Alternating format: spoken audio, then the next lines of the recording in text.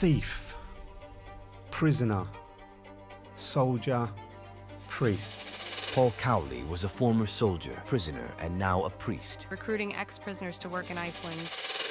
That you go in and you recruit people that are in prison who are due to be released to offer them, if I'm right, an opportunity to work for Iceland, giving them a second chance. Absolutely, that's it. Why do you do that?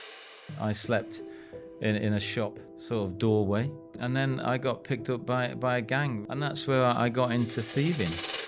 And the magistrates this time, 3 of them on the bench, a guy in the middle, said, "You, Cowley, are not listening to what we're trying to do. You, my son, are going to get a short, sharp shock. You're going to prison."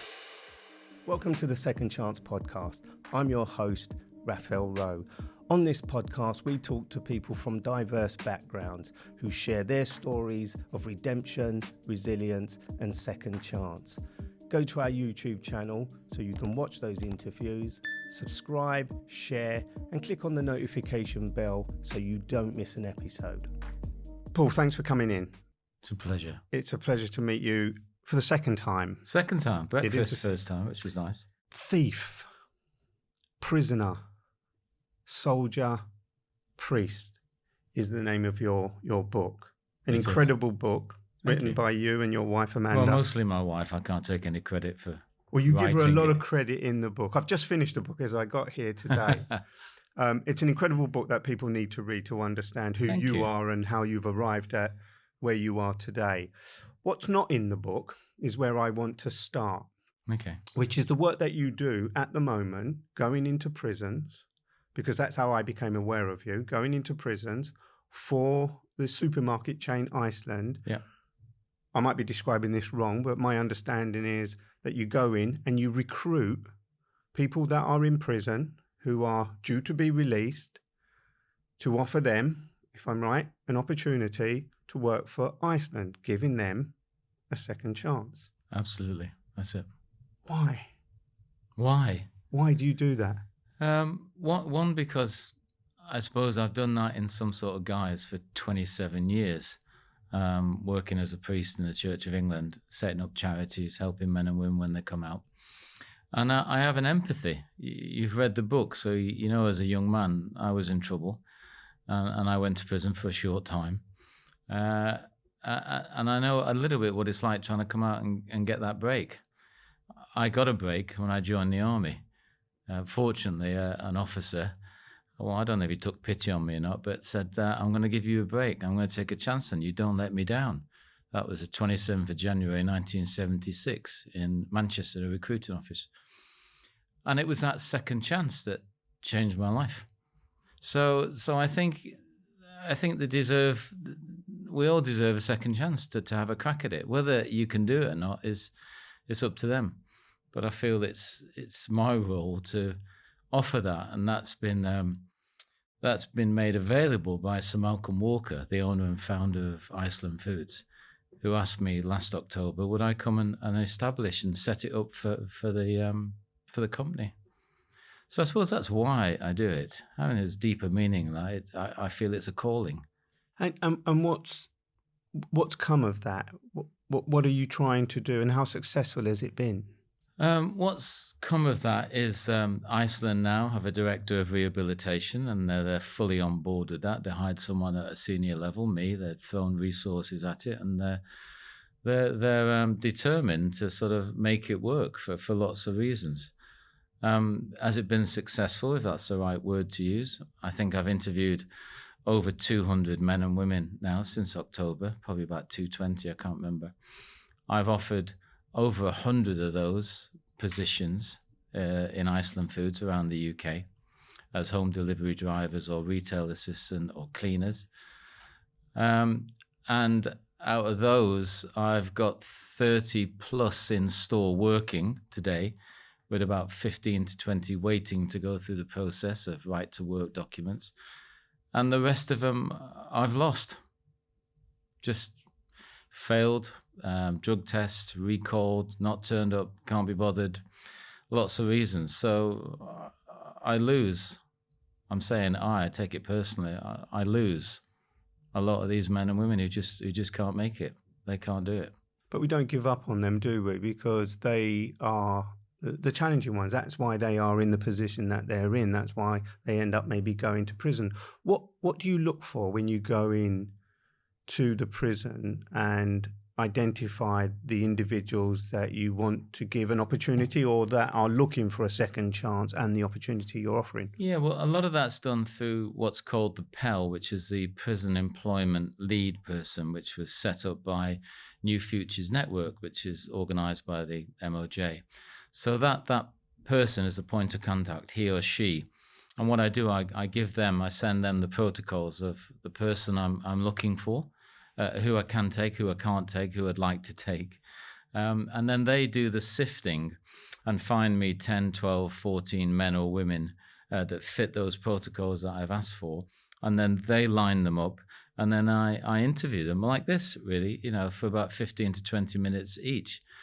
They give me CVs and disclosures, which are great. But to be honest, I'm not really interested in that. I want to know them. So I ask them all the basic questions. When you're getting out, where do you want to go? What this, that. And then I say, tell me your story.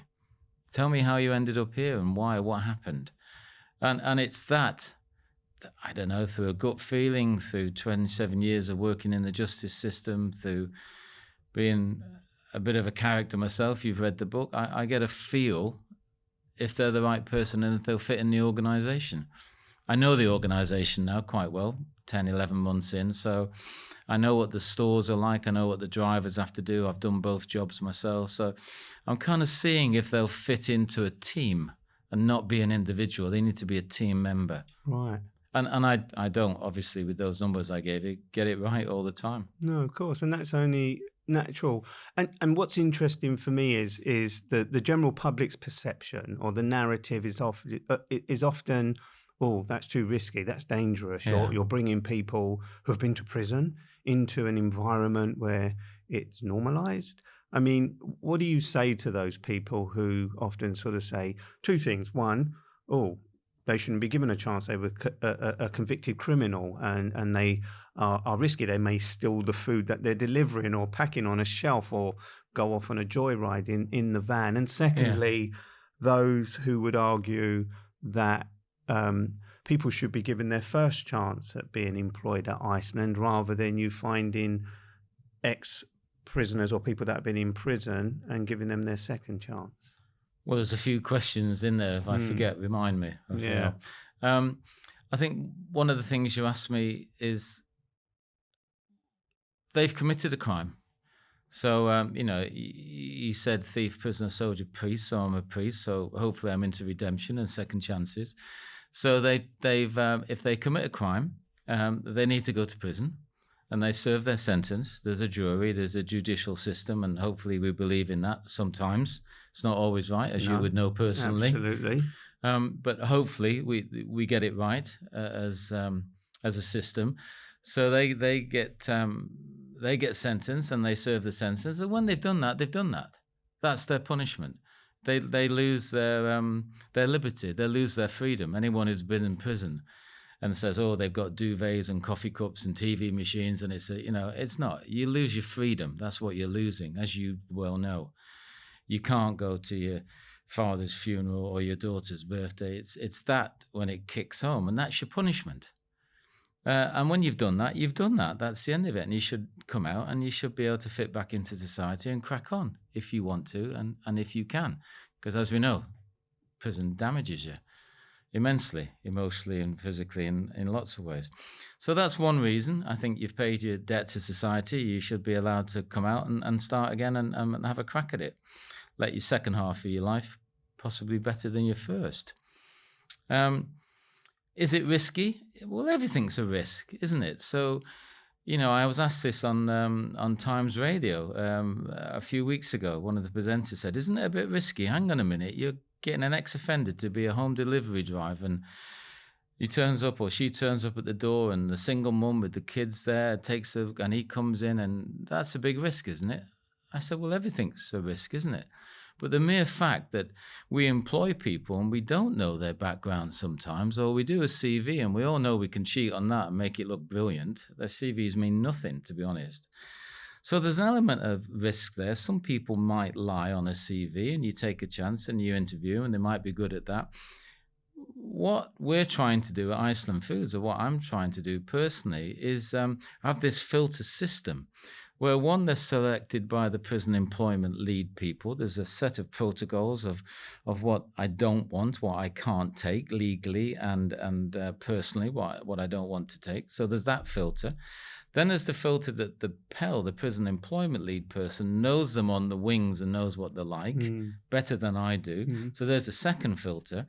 The third filter is they have to sit in front of me for 20 minutes and I seriously grill them and I don't always take them.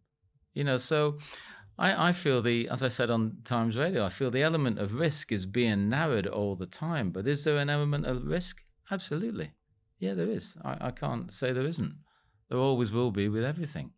I think it's brilliant what Iceland are doing, and I think anybody that is aware of it would also say the same, not just for Iceland, but any employer that is prepared to give people a second, third chance, just like they would people who don't get in trouble Exactly. with the law.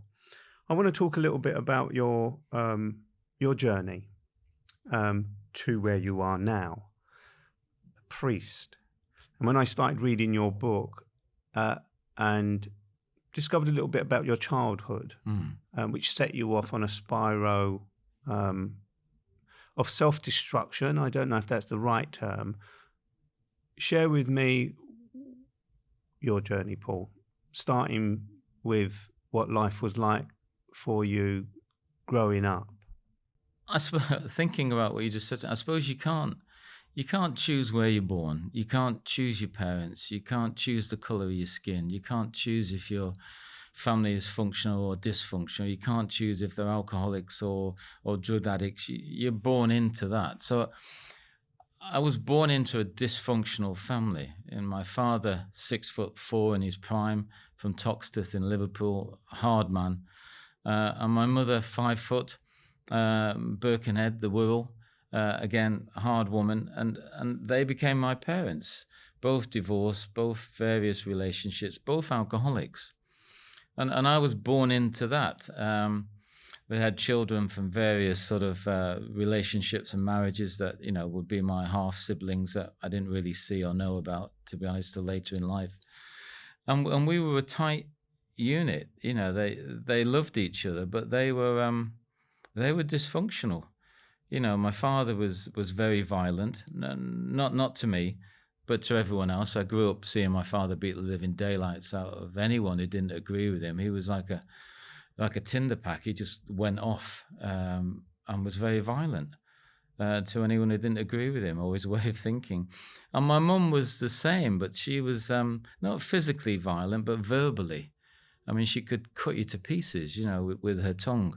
And I grew up in that, this small, blonde-haired, blue-eyed kid who wasn't like that, but they were my parents. So we moved a lot. I realized, I found out what bailiffs were quite early. I'd come home, there'd be a telly, then the next day there'd be no telly, then the fridge would be gone, and then it'd be back again. So I grew up in that environment. And I guess growing up as a kid, I saw and heard lots of things that kids shouldn't hear. I grew up in a very adult world. It's funny, I've had some therapy, as you can imagine, over the years. And I remember speaking to one therapist, and I had this image of, as a kid, of women's knees, bear with me, women's knees, and shirt and collars, ties, shirt, collar and ties. And when that was unpacked, that was the level of where I was as a kid with an adult world, if you know what I mean. Women sat on settees and chairs. And I remember these women's knees and these men in suits and shirts and ties. And that was a big deal for me. I grew up in this sort of very, my father had fallen out with everybody who he could possibly fall out with. He had a brother and 3 sisters, but he didn't speak to them because they didn't agree with him. My mother had 5 sisters. She didn't speak to any of them. So I grew up in an environment that was just totally adult. I definitely had cousins and aunties and uncles, but they were never around. So I grew up in this very adult world. And that, I know, had a massive effect on me. And at 15, 16, a couple of things happened which sent me off in this spiral that you mentioned. One, I was expelled from school. We moved schools, or we moved areas, and I had to go to this comprehensive in Manchester, and it was really rough. And I was bullied, and I hated it, and I used to run away, and in the end I got expelled for truancy. And at the same time that happened, a weekend sort of cycle in our house was arguments, friends made up, love and kisses, and then more drink, and then arguments. And it was a pattern, a cycle. And one Sunday, my father came home late from work, big argument. My mother had cooked for him. I was there. And my father went to backhand my mother in the front room, and I stood in the gap. And I got the belt that my mother was going to get. And there was a big argument. And my father said, "I want you out the house." So in my arrogance and youth, I ran upstairs, grabbed a bag, threw some stuff in, and slammed the door behind me. And then got about 10 meters out of a place called Disbury in Manchester, and realized I had nowhere to go, because I didn't know where my uncles, aunties, nieces, nephew, and I was homeless for a while. And that just started stuff going on. When you think about that now, when you reflect on it now as a father yourself, and a man who's had lots of experience, what do you think when you reflect on it now? Because when you describe it, and I can see you go into the zone where you're thinking about and reflecting on it, and it's not the first time you've shared the story, because it's all detailed in your book in much more detail. But when you reflect on it now, what does it make you think? In particular, when you think about, you weren't the only one. When you're a kid and you're growing up in that environment, you think you are. You think everybody's living a very happy life, but actually, probably every neighbour along your street was going through a similar experience, as they were in my neighbourhood down in London. You just don't know, do you? You just don't know until you grow up and you reflect and you see. So as you reflect on it now, what does it make you think? Well, it certainly made me... I think I demonized my parents for years. I really did, spoke badly of them. And then maybe when I became a Christian and a priest, I had some different thoughts about it. And I felt God say to me, you need to stop demonizing them. They did the best they could.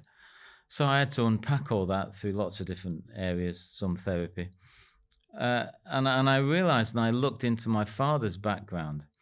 And my father, when he was 5, his parents went to court because they didn't want him. My father was a man of few words, but they went to court because they didn't want him. So the equivalent to whatever social services were then said, look, if you don't want your son, he'll go into care. So they didn't. And my father remembered his mother and father saying, no, we want him to go into care. And my father went into the care system at 5 and came out, I don't know, when he was 13, 14, and worked on a farm and was beaten and had a nightmare in the care system. So when I realized what he'd gone through and the various relationships, he was in the army, he was in the Irish Guards, I think he got discharged, dishonorably discharged. He'd been in prison. I didn't know that till I was, nearly 20. I found that out. So when I realized that about him, and my mother, her father was a merchant navy, he was never there. Her mother had to bring up daughters, 5 of them, And so when and they lived in Birkenhead and they were poor. When I realized all that, I thought, you know what? It's a bit selfish to think it's all about me. I had a moment and I thought they probably did the best they could. My dad was a thief, actually, when I look back, but he tried. He was various things. He was a security officer. He worked for British Road Services. He was a private detective at one point. He ran a guard dog company. He had 17 guard dogs, Alsatian. So we had, another thing I realized, Raphael, we had 5 properties and 2 businesses. So we weren't poor. I thought we were poor at some point, but the alcohol and the dysfunctionality, they lost all the money they have. I buried both of them and they died with nothing, the pair of them. So they lost everything. So it's not that, it sounds a mixed story, that I came from this rough background-ish, but they made money, so they did well. They had 2 corner shop businesses. They lost them basically because of my mother and her tongue, not doing very well with customers. Didn't want to shop in her shop. Didn't want to shop in her shop. So they left. So we left the premises. one in Stockport, one in Denton. So we had these properties, and we had a bungalow, and we had a house in Gorton. So when I realised they were just dysfunctional and couldn't get their act together, they loved each other, but it was a nightmare. So when I look back, I don't really demonise them anymore. I think they do the best. What has it taught me with my own daughter and my son? Hopefully to be a better father. There's nothing, absolutely nothing. My daughter, my son's in America living there now, and 46 years of age. My daughter, who's 25, there is nothing she could do that would make me ask her to leave our home. Nothing. She's my daughter, and I would never say, get out of here.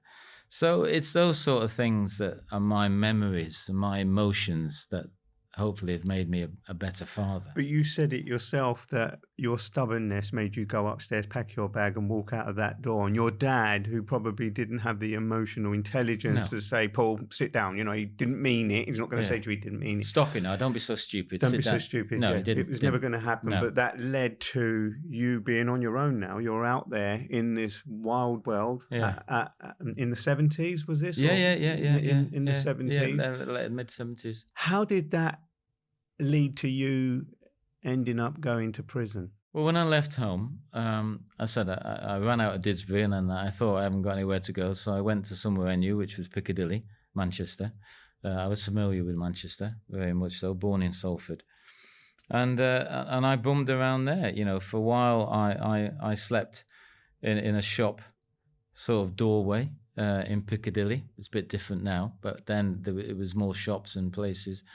And I stopped there, and I bummed around, and I slept there for a while. And then I got picked up by a gang, really. It was a guy late at night who kicked my foot. You know what it's like so you're always a bit nervous on the streets. Kicked my foot and gave me a cup of tea. He was a bit older than me, not much older than me. And we talked, what you do, and I told him what I was doing. And he sat with me and he said, look, we've got I'm in a squat in a place called Heaton Moor in Hooley Range, which is Stockport. Why don't you come and stay in there? It's better than the streets. And long story short, I moved in this derelict house in Hooley Range, which there was all sorts of going on happening in there, young men and women and all sorts, and there was bits of drugs in there. It would have been cannabis and stuff, I think, nothing really heavy to my knowledge, and drink. And that's where I got into thieving, which was petty theft. What we do is we'd be organised, I suppose, looking back, and go out and nick stuff from shops and warehouses and different things, and then come back, bring the stuff back in there, whatever it was, clothes from M&S or whatever in there. And then someone would come in and buy it, and I'd be given a little bit of a share of that money. But I was pathetic at it. I constantly got caught. It wasn't my natural habitat, but I tried it. I got away with some stuff, but I constantly got caught by the police, which led to then to probation, to fines, which I couldn't pay because I had no money, magistrates' appearances, and in the end, they just got fed up with me, I suppose. I went to a Manchester magistrate. I thought I'd get a slap on the hand and walk out again with another fine. And the magistrates this time, 3 of them on the bench, a guy in the middle, said, you, Cowley, are not listening to what we're trying to do. You, my son, are going to get a short, sharp shock. You're going to prison. And I remember thinking, no, I'm meant to be walking out of here and get a fine and get a probation. You did previously. With a cup of tea and a biscuit with a nice guy that would chat to me, in Denton somewhere. And instead of going out, I went down those steps and into a cell and was taken to Risley, which is in between Warrington, Manchester and Liverpool. It was then a Borstal detention centre. Short, sharp shock. Short, sharp shock. And it was for me. Frightened the life out of me. Did it? Yeah, no, absolutely terrified. So you're this streetwise kid who comes from a physical family, I say that verbally and physically, no doubt toughened you up, even though you describe yourself as not as tough as you became, from what I read. But you go in prison for the first time and you're not shoulders back. No, and I've reflected on that as well. My father, if we're talking about fighting, that sort of thing, my father could really handle himself when I look back. I mean, I don't know where he learned to fight, whatever, maybe on the farm as a kid, the care center, the army, I don't know. But I've seen him hit someone and knock them straight out. You know, I saw him belt some guy off a bar stool in Spain because this guy kicked a dog, stray dog, and my dad loved animals, better with animals than people. So I've seen him do a few things like that, hold someone up against the wall with his hand. Anyway, stuff like that. But he never taught me those skills. And I've often thought, why didn't you teach me to fight? You know, why didn't you teach me those skills? But he never did. So I've never a fighter, hence being bullied at school, running away. You know, you see it in the movies. I thought, I'll stand my ground. You know, I don't know if the guy's listening, but the guy was called Paul Watson. I still remember the name. and I was bullied, and I thought, you know what? To heck with it. I'm standing my ground.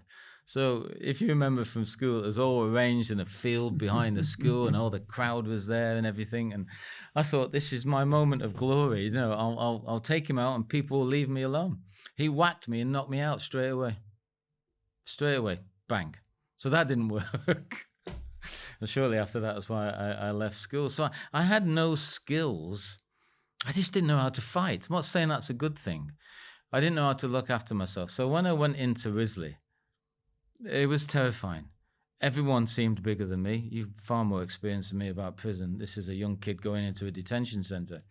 I remember being a bit lippy at reception, and one of the officers gave me a backhand across my ear.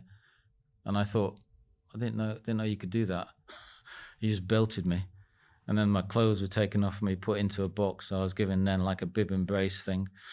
And I was put into the system. And it was awful. Because it's not just the physical, is it? The physical threat, the slap by the guards. It's the psychological and the discipline and everything else that comes. And short, sharp shot ball stalls were designed to scare the living daylights out of young men like you. I think you're right. And it doesn't always work, but it did for me. You know, I have sat here talking to you now. That was a long time ago. I still have images of it. You know, and I remember my clothes going in a box, and you know, P. Cowley being written on it and put up, and I thought, that's my bits and pieces going up there. All my stuff was taken off me, and it's that vulnerability that I don't know if you know what it's like until you know what it's like. And I'm not saying you have to have that experience to work in prisons. You don't, but it gives you an empathy. I think that's why you do what you do. You know, the stuff. Well, why would you do what you do? The places you go into and the situations you put yourself in are quite honestly stupid. But why do you do that? Because you have an empathy. There's something in there that, not that you feel safe because you put yourself in danger all the time, but there's a reason. I would say that's a calling. That's a calling, and that's why I do what I do. But it's, you know, I don't know about you, but I still like getting out of the prison even when I finished the interviews. And knowing that you can is a huge difference. Massive. And you hear that door slam, you hear those keys, it's still here in my head. Yeah. But anytime you can say, I want out. You were in Risley. It was a bad experience for you. You came out. How old was you at the time? 17. What did you go on to do at that young age? Because it could have gone one or two ways, couldn't it? You could have came out and developed some new skills as a criminal, which prisons can often be. Yeah. But that isn't what happened to you. No, I came out of there. Funny enough, no one came to see me while I was in there, my parents. My father came to meet me. How long was you in there for? Well, I got a year's sentence, and I did just over 6 months because it was... No one visited you in that time? No, because the magistrates could only give a year, if I remember rightly, the maximum sentence they could give. So I did it just over 6 months. No, nobody came. Because my parents, when I left home, it seemed when they all blew up, my father blamed my mother for me walking out. My mother blamed my father. They separated and went different ways, and then married different people or lived with different people. So our family home in Didsbury, where it all started, was sold. So they dispersed, but they never came to see me. But my father somehow, and I can't quite remember how, came to meet me when I got released from Risley. And it's then I found out a short conversation I had with him, because he never spoke much. He turned up in his, as he always dressed, his ex sort of Irish Guards. He had a blazer on, Irish Guards tie and a trilby. And he met me there and we walked out. And I said, well, that's the last time I'll ever be in there. And he said, well, that's what I said. And that's the first time I thought, what do you mean? What do you mean that's what you said? He didn't talk much about it, but he said he was in prison as a young man. So that's the time I realized that my father had been in prison. To answer your question, what happened? We parted company quite quickly. In fact, he got me a job, talking about jobs, with a mate of his, a guy called Dave Widdowson. Funny how you remember these names, isn't it? Dave Widdowson, who had a second-hand furniture removal thing, and I had a driving license, and he let me drive a transit van which picked up bits of furniture and brought them back and repaired them. And I was doing that. And he got me that job. And so I got some money, and I worked in a bar at night at the Didsbury Inn. I ran the bar at the top. So I worked every hour God sent, and I got myself a bed sit in Didsbury, single room. And I lived there, and I lived this solitary life. I was terrified of going back into Stockport in case I met anyone or got pulled into something again. So I lived on my own for a while and just worked at night in the bar, made some money. Not proud of it, but I fiddled a little bit in the bar and made some extra cash. So I looked after myself, and I lived in this room, and I didn't bother with anyone. And when I look back, I was terrified of, Risley really scared me, the people in there, and what I saw happening in there and different things. I was fine, nobody bothered with me, but it scared me and I didn't want to go back. So I was terrified of making a mistake and getting caught again and being put in there. So I did that. And as you know, you've read the book, one day when I was driving, I saw a big poster, marketing campaign advert for the army. And it said, do you want a life of adventure? Then join the British Army.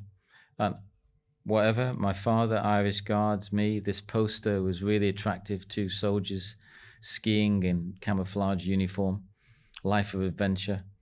I just found the recruiting office in Fountain Street in Manchester. And what was impressive was the bit that I read, that you didn't give up, because criminal record, thief, prisoner, exactly, trying to join the army. I'm always under the impression that they would take the guys like that, you know, so was I. But they didn't, and you were quite determined, and you know, a distinguished career as an army officer, and did some amazing stuff from what I read in the book. And that's where it started. You saw a poster and you decided to go for it. Yeah. I went to the recruiting office. I was a very naive sort of potential soldier. I parked the van outside and I walked in and I said to the sergeant major, the stuff on the poster with the skiing and everything and all the kit, I'd quite like to do it. Where do I sign? Now I know what they were. This was a sergeant major, a senior ordinary rank. And he said, all right, well, let's have a chat. We had a chat. I told him I'd not long been released from Risley, told him my background, what had happened. He said, sorry, son, we can't take you with a criminal record like that. I argued the point, but he said, I'm sorry. And I said, is that it? He said, yeah, that's the end of it. And I got up, he shook my hand. And again, I mentioned in the book, it was weird. He shook my hand. He kind of held on to it for a few seconds and then looked at me and winked and said, but you never know, kid, if you keep trying. And when I went out, I thought, what's he mean, keep trying? I thought he said no. Anyway, for some reason, again, every week I went back, same conversation, same handshake, same wink. And in the end, I said, look, can you just tell me I can't get in and stop doing the winking and the handshake and stuff, because it's making me keep coming. Anyway, we had this conversation. And that's when he said, come with me. And we went round the back and I was put in front of a senior officer, a major. And I didn't know they'd been watching me, for nearly 6 months, 4 months, 5 months, whatever. That's how much you were going back. Yeah. They were really testing your... I think so. I just, for me, I had nothing else. The job was all right, but it was boring. Working in the bar was great. It was quite lucrative. To be honest, I was meeting girls in there. I was making some money. It was all right. But I was bored. And I kind of knew I was very shallow. Not that much depth to me now, but I was very shallow then. And But I knew there was something else, but I didn't know what it was. No idea. No one had inspired me. No one put any hope in me. It all been knocked out of me, my background, my schooling, my parents. But I thought there must be something I can do. And that, I think that's why I kept going back. And in the end, I sat in front of this major, like we're sat in front now, and he said, we've been watching you for the past 6 months. You're a pretty determined kid, aren't you, to get in? I said, yeah, I am. If I want to be, I will be. And he just looked at me and he stamped a bit of paper and signed it. And he said, I'm going to take a chance on you. Today, you're going to get enlisted into the army. And I've still got the bit of paper that says 27th of January, 1976, accession day. Paul Cowley accepted into Her Majesty's forces. And he said, don't let me down.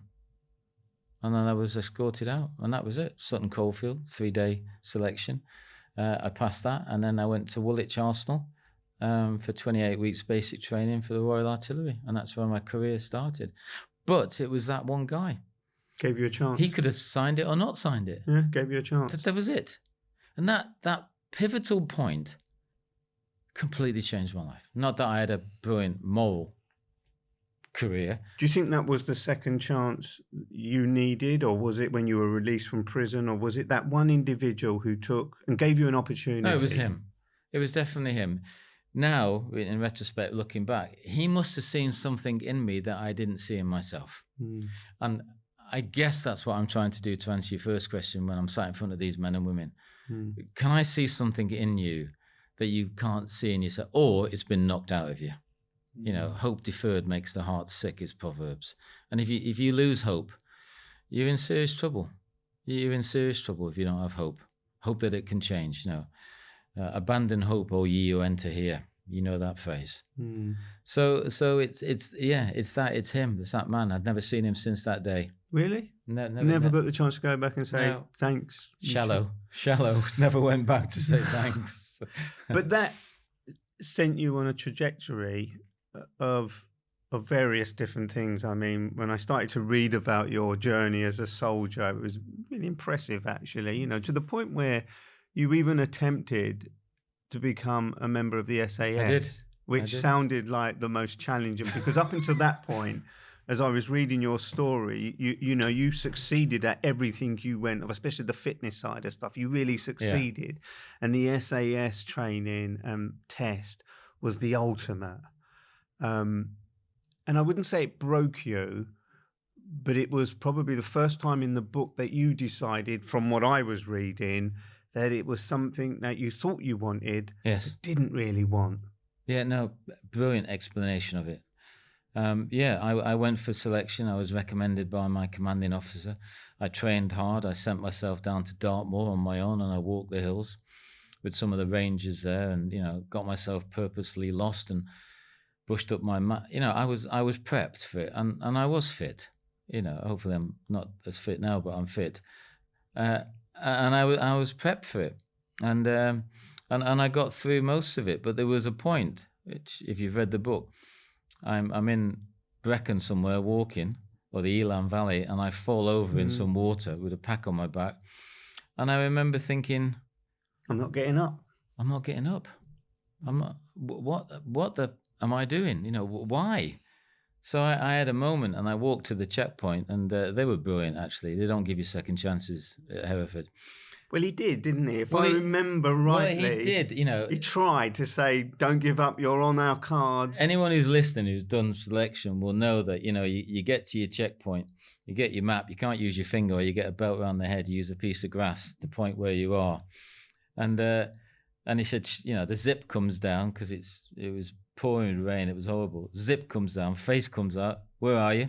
What's your number? Mine was, 36 blue or something. Pointed to where I was. He said, you're late. I said, I know, I've had enough. He goes, you're late. I didn't hear that. He said, you're doing well. Crack on, you can make up your time. I said, no, I've had enough, Saf. He said, last time, I didn't hear that. You're doing well. Now, off. I said, no, I've had enough. And he said, all right, get on the van. And there's always a Bedford waiting at the checkpoints.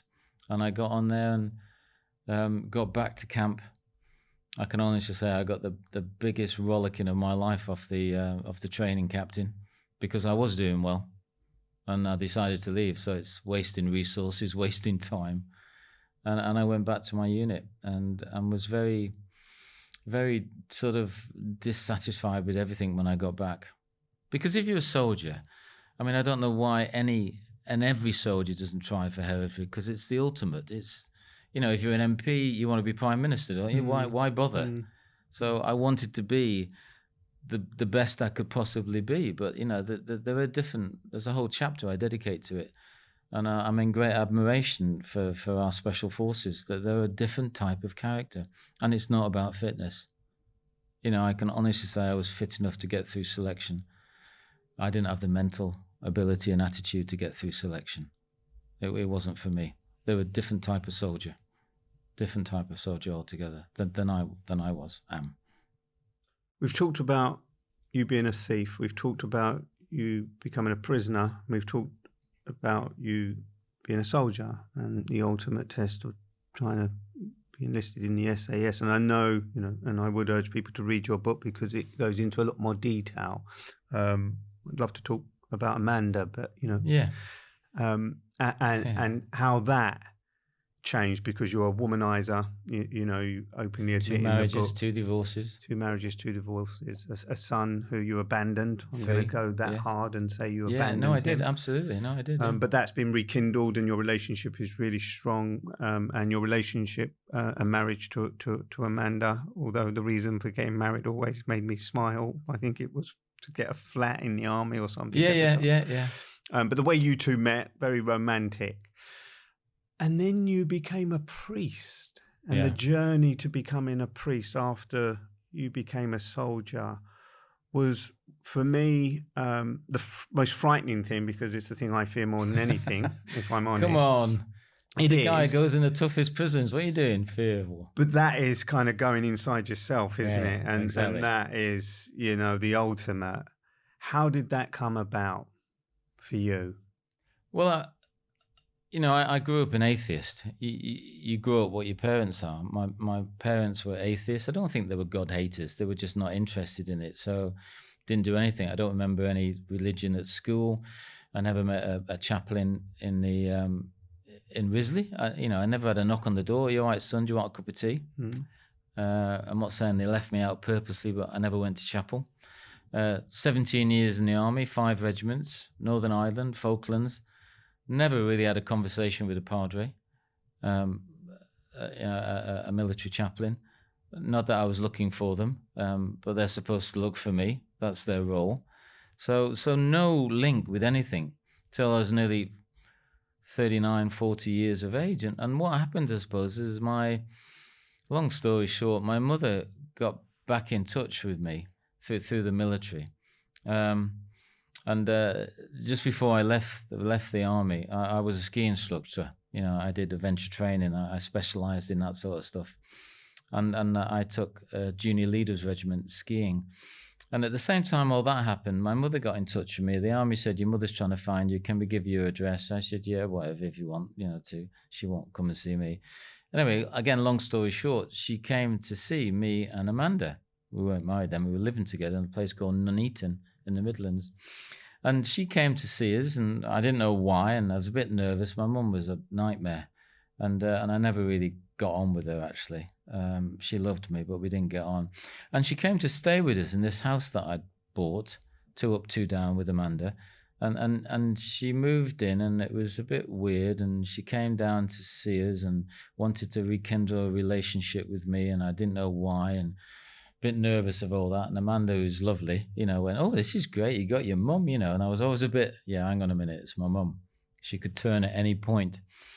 And then I got asked to take the junior leaders ski team to Austria, Germany, Switzerland for the junior leaders championships. And I took Amanda with me, and I said to my mum, "Stay in the house. I'll be away a month or so. When I come back, we can chat." And I thought she'd be fed up by the area then and disappear. While I was away, I got a phone call, a compassionate call. Well, Amanda did, actually, from a friend. Said, "Your mum's collapsed. She's in hospital. She's quite ill. We're going to monitor her." Then the army take over and said, "Look, we'll monitor her. If anything happens, we'll get you back. Carry on skiing." And I did, and I got a second phone call, said, "You need to get back." So we got back. My mum was in a hospital, George Eliot in Nuneaton. She collapsed, heavy smoker, had lung cancer. I had 10 days with my mum visiting, and as you do, take the grapes, eat the grapes, take the juice, drink the juice, chat, stand there awkward. And then she went into a coma, and then she died on me. And the point, just before she died, I was with Amanda, and I didn't know what to do. I was just looking at this woman who was my mother. And I said, I want to get into bed with you. Do you think that's a bit weird? And Amanda just said, you do what you want. So, fully clothed, I got into bed with her, and I just held my mum, and she had her head on my chest. And it was just a really sad moment. I was watching this monitor, the bleeping thing, and it was going very slowly. And I remember saying, I'm sorry for being such an idiot, such a bad son, really, and all the crap we'd been through. And anyway, I was talking and I was crying a bit, and I watched this monitor, and it just flatlined. Then I said it stopped. Amanda shouted the nurse. Nurse came in. They pushed us to one side, and my mum died. She died in my arms, actually, on my chest. And that sent me into a bit of a flat spin without getting into much detail. I was very angry. They'd said that my mum might live for 6 months, but she was very ill, and then she died. So I was so angry with the doctors, young doctors. I was very rude and just emotionally sort of out there. We came out of there, I went back home. You have to kick into the burial and no money. Anyway, all that stuff. And some of her stuff was in the house, and that was annoying me and upsetting me. I could smell her. Some of her clothes were there. And I just said, look, everything in bin bags. Let's just get rid of all this. I'm not interested. Amanda said, should we have a look and keep? I said, no, everything in the bags. Let's just get it to Oxfam. And when I was doing that, I found some books. And one of the books I found was a Bible, a Good News Bible, brown front cover. And I literally went, a Bible? And I opened it, and pictures of me fell out as a kid, which was a bit upsetting. And then I looked in it, and it was all highlighted in different areas with bits of writing on the side and things, anyway, I thought. And at the back, I opened it, and on the back page was a telephone number. And it was a Manchester code, and I remembered it. And again, for some reason, I don't know, I went downstairs, I got the phone, and I dialed this number. And someone answered, and I said, who are you? How do you know my mother? And what are you doing in the back of this book, Bible thing? And she said, oh, you must be Paul. I said, so rude. I said, yeah, who are you? What is this stuff? She said, oh, that book, Bible, was given to your mother when she became a Christian, and she was baptized in our church in Manchester. And she told us all about you and that she was coming to see you. And I said, my mother's dead. And I hung up. And it was that I thought, what's my mother? My mother, a Christian. I mean, she was a lunatic, 5 foot, verbally violent, just aggressive from sort of Birkenhead.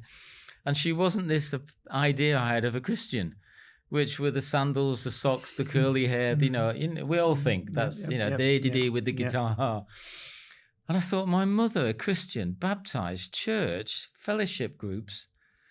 And anyway, for a few days, I was in a real spin. We buried my mother. I buried her. There was only 4 of us turned up at the surface. It was really sad and depressing. And then I couldn't get this thing of my mother being a Christian. And why didn't she talk about it when she was dying? Why, before the coma, why didn't she say, oh, Paul, I've become a Christian. Do you love the Lord? Or nothing. Why didn't she give me a Bible, a book, anything? Nothing. Zilch. So I was fascinated. So I thought, you know what? Determination again. I'm going to find out what happened to my mother. And I went to churches. I just walked in. I'd left the army then. I walked in, I stropped in. I went in big churches, small churches around London, all over the place. Not interested what denomination they were. Big church, small church, Catholic, Baptist, Methodist, not interested. And I just walked in and I stood at the back. Some were great, some were cold, some were over full, some were empty. And I sat through it and I couldn't get it. I couldn't get what she'd got. Why was she in there? And eventually, Amanda's brother actually said, I know, he's a Christian, he was a pastor, said, I know Paul's on this mission for some reason, they won't listen to anybody. But why don't you tell me about this church in Knightsbridge called Holy Trinity Brompton? And Amanda was an art director for Mentorn Films at the time in Soho. So I was staying with her in just off Oxford Street. So I said, come on, let's try this church then, Holy Trinity Brompton thing, whatever it is. And we went in, and it was nice. It was a big church. Music was kind of cool. It was all right. People looked all right. It looked a bit posh to me. And on the way out, there was a young girl on the door, and she smiled and said, I hope you enjoyed the service. Would you like to take one of these? And she gave me a leaflet. And I took it and put it in my pocket, went for a coffee, opened the leaflet, and it was about an Alpha course. And the Alpha course is an introduction to the Christian faith. Alpha and Omega, the Greek, beginning, end. Okay. It's the beginning of a Christian course. So I just thought, do you know what? I've done courses on everything. You've read the book, from being a sniper to doing this, to a tank driver, to this, to that. I thought I'll do a course on God and see what happened to my mother. So we both went on this Alpha course. And it was nice. It was once a week. It was a Wednesday night. It was free. There was good food. It was a little talk, and then it was a discussion group. And I sat through it, and I was kind of interested. It was all new to me, the whole stuff. I knew nothing about the Christian faith. I thought I did. I had preconceived ideas, but I didn't know anything. And I sat through it, and again, long story short, halfway through the course, they have a weekend away where they talk about the Holy Spirit. When you say before, about being inside you, that God lives in us, and you get in touch with yourself. And on that weekend, I guess all I can say is I had a moment. I remember listening to the speaker talking about unconditional love, and that God loves us unconditionally. And I remember thinking, that means like you can do anything. It's like whatever you've done, your past, He still loves you. Mm. And then he quoted some scriptures that, God throws our sins, our trespasses in the sea of forgetfulness and remembers them no more. I thought, wow. And I remember standing there, and then again, I had this moment where I had a picture. And in the army, from being bullied, when I joined the army, I learned how to box a bit. So I was never bullied again, let's put it that way. Mm-hmm. I wanted to look after myself. And I wasn't a very good boxer, but I could scrap a bit. Mm-hmm. And I had this picture while I was there in my head of a boxing ring, which for me was very familiar. And then the seconds in the corner, they were there. There was two fighters. There was me looking at the other fighter. And then I remember this towel coming in. They don't do it so much now, but you throw the towel in, which means the opponent is too strong for you. So your seconds go, you're going to get hurt here. We throw the towel in, the fight stopped, the opponent's won. And I felt God say, why don't you just let me throw the towel in and stop fighting and let me help you? I can look after you. You've been on your own since you were 15 and a half, 16. You don't have to do that. I want to help you and support you. And I found myself just weeping. And then a couple of men came up behind me, put their hand on my shoulders and prayed for me. And it was there then. I said, if all this stuff is true, what I've heard for the past sort of 8 weeks or whatever, that you love me unconditionally, that you can change my life, that you have a good and pleasing plan for me, that, you throw everything away and we can start afresh, then do you know what? I'll have some of that.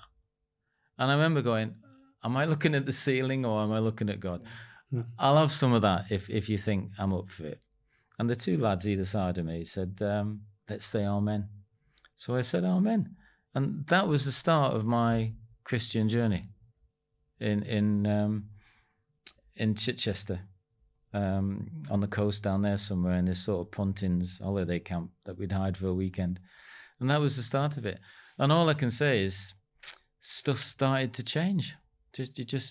My mind started to change. I looked at things differently. I just started to think about things. I started thinking about my son, who I hadn't been in contact with. And you said we're together now. We weren't, because I wasn't bothered. And actually, I was scared, fearful of facing that. I abandoned him, and why would he want me back? And I felt God say, come on, we'll have a crack on this together. Marriage, 2 divorces, 2 marriages, 2 divorces, living with a girl, 8 years, Amanda. She was amazing. God said, what about marriage? I said, come on, I don't do marriage. Yeah, you're different now. And so my whole brain pattern, I don't know how to explain it. I did 3 years theology and I still can't explain it. I just started to think differently and not be so fearful, I suppose, about stuff. Just one final question, although our time's up. What is the moral of your story? We started with thief, prisoner, soldier, priest, and each of those are broken down in your book. And again, I would urge people to read it because you've only touched on some of your experiences under each of those headings. But just 10 seconds, what's the moral of your story, Paul?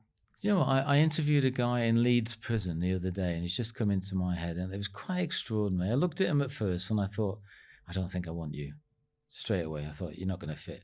And then he unpacked his story, and one of the things he said to me was, I'm just really tired. I don't want the second half of my life to be like the first. And it really struck me. Anyway, I offered him a job. And it really struck me that if that's a moral, I don't want the second half of these men's lives to be like the first half, because we make mistakes, but it's not always our fault why we get into situations. There's no excuses for crime, but there's reasons behind it, why we get into it. So I suppose I'm driven to do that. And the moral would be, I want to help them. I want them to have a second better half than the first half, which is possible. And it happened in your own life. And it happened in my own life. It's possible. It's not easy. It's almost impossible at times, but it is possible. Paul, thank you so much for sharing. Thanks for coming in. Brilliant. Thank you for watching or listening to the Second Chance podcast, where we share stories of redemption, hope, resilience, and second chances. Who deserves a second chance? Who has the right to give someone a second chance? And is a second chance even deserved? That's what Second Chance is all about. So subscribe if you want to be kept up to date with new episodes.